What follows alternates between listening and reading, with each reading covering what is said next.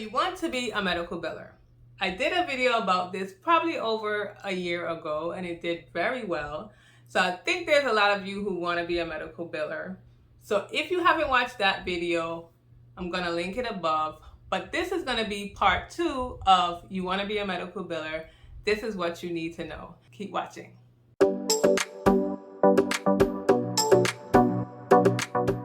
So we're going to jump right into it. My name is Tamika and I am a certified professional biller. And if you want to know what you need to know to be a medical biller, then this is it. The first thing to know is that the complexity of each specialty is going to vary for each person. That sounds a little complicated, so let me break it down. When I say the complexity of each specialty is going to be different, that means just like if you were in school and I love social studies and you don't like social studies, that is going to be harder for you where it may come easier for me.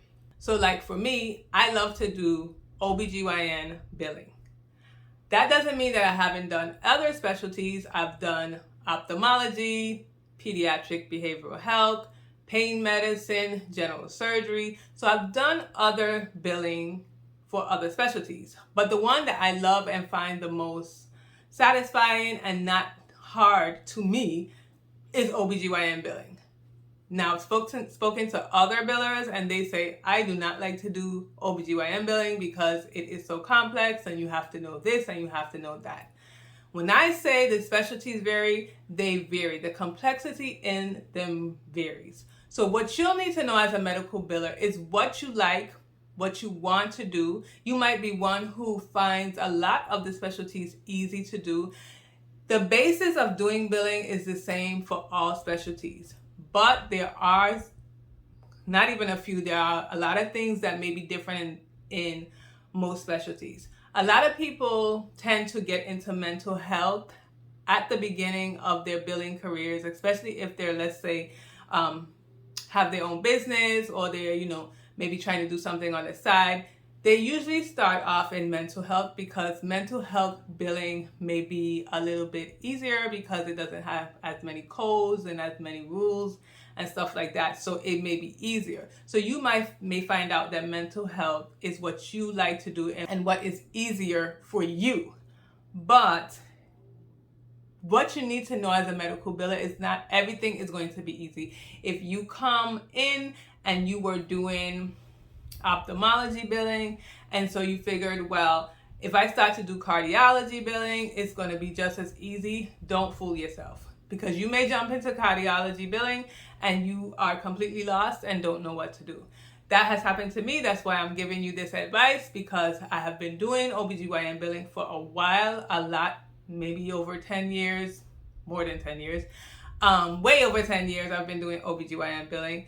And when I started to branch out and to go into different other specialties, things were a little bit harder. Now I knew how to bill, but I had to readjust to the different specialties and how to do it.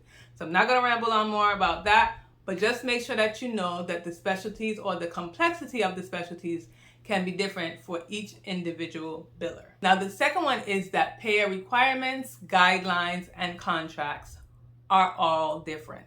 Okay, so whether you are dealing with Cigna, Blue Cross, SSS, Medicaid, Medicare, they all have different requirements, guidelines, and you need to know about them and how to follow them. And when they get updated, you need to learn about that. Like, you need to know about all of them. And no one's saying that you need to memorize them, but you need to know where to go and how to read them and know what you have to do with them. Also, the payers within themselves. So I may have a Cigna policy, you may have a Cigna policy, but our policies in themselves are different. So that's another thing that you may need to know about a specific policy. Also, as a biller, we also need to know, let's say something like timely filing. If I do billing for a provider in Florida and I do billing for another provider in the US Virgin Islands, and both of them take the same type of insurance, United Healthcare, their contracts may be different. So they're in a different area. the provider in Florida may, United Healthcare, they may have contracted with United Healthcare that their timely filing is 90 days. In the U.S. Virgin Islands, it's I have a United Healthcare provider, and their timely filing is 180 days. So even with that alone, you also have to make sure that you know that it varies, and you might have to keep yourself a little cheat sheet or something like that to make sure that you stay up on that. But you need to know that each insurance policies and requirements and contracts are different.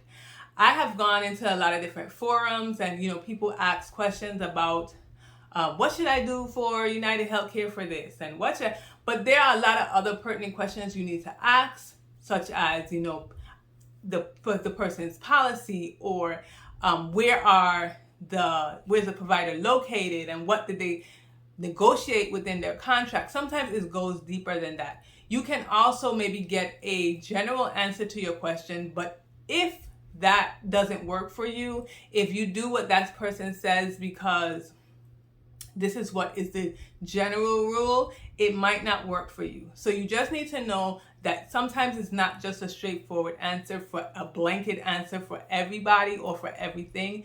You have to do further research and find out more information to see what that particular payer requires. And the last thing you need to know is that as billers, we are expected to get the providers paid. Bottom line, they don't want to hear nothing else. We are the ones expected to get them paid. If a claim is not paid, if it's denied, if it's not paid in full, they want to know, what did we do, why we didn't get it paid. However, we are not the only ones who have control over why it may not get paid. It may not get paid because of things that were done before in the front desk, in eligibility, or maybe the notes were not clear because of the provider, or maybe even the coder choose the wrong code or something. We're not the only ones who deal with that particular claim, but we are the ones who are expected to get it paid. So I would advise that you try your best. As a biller, sometimes we may feel that if we don't get a claim paid, it's our fault, and what did we do wrong, and we need to get this corrected, which is what we need to do. We need to figure out if it actually should be paid, if things were done right, if we can do any corrections to get it paid. If we need to speak to the staff or speak to, the provider, the doctor, the coder, if we need to speak to them to let them know why it's being denied so that it can then get paid. But not all the time it's going to get paid, because sometimes other people have a part to play in it and they don't do their part.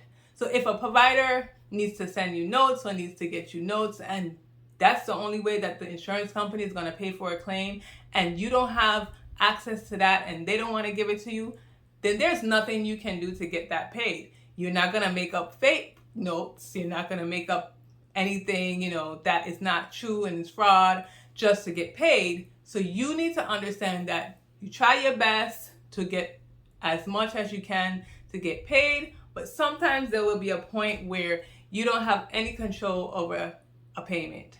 You don't have any control over receiving money, because there are other players that plays a part in getting paid. So my question to you is, when did you first know or first learn about the profession of medical billing? I know that there are a lot of people, when they think about healthcare, they don't really think about billers. They think about the doctors, the nurses, the clinicians, even the front desk, because that's the people that they see. Sometimes the billers are in the background. You don't see them, you don't speak to them, you don't know about them, and some people just don't know about billing at all. So let me know when you learned about it and when you decided that that was something that you was interested in. For me, I didn't think I was going to be in this profession, didn't know that I was going to be in this profession, but when I got in it, I totally fell in love with it and I ran with it. So let me know your story below. I'd love to hear it. And I will see you again in my next video.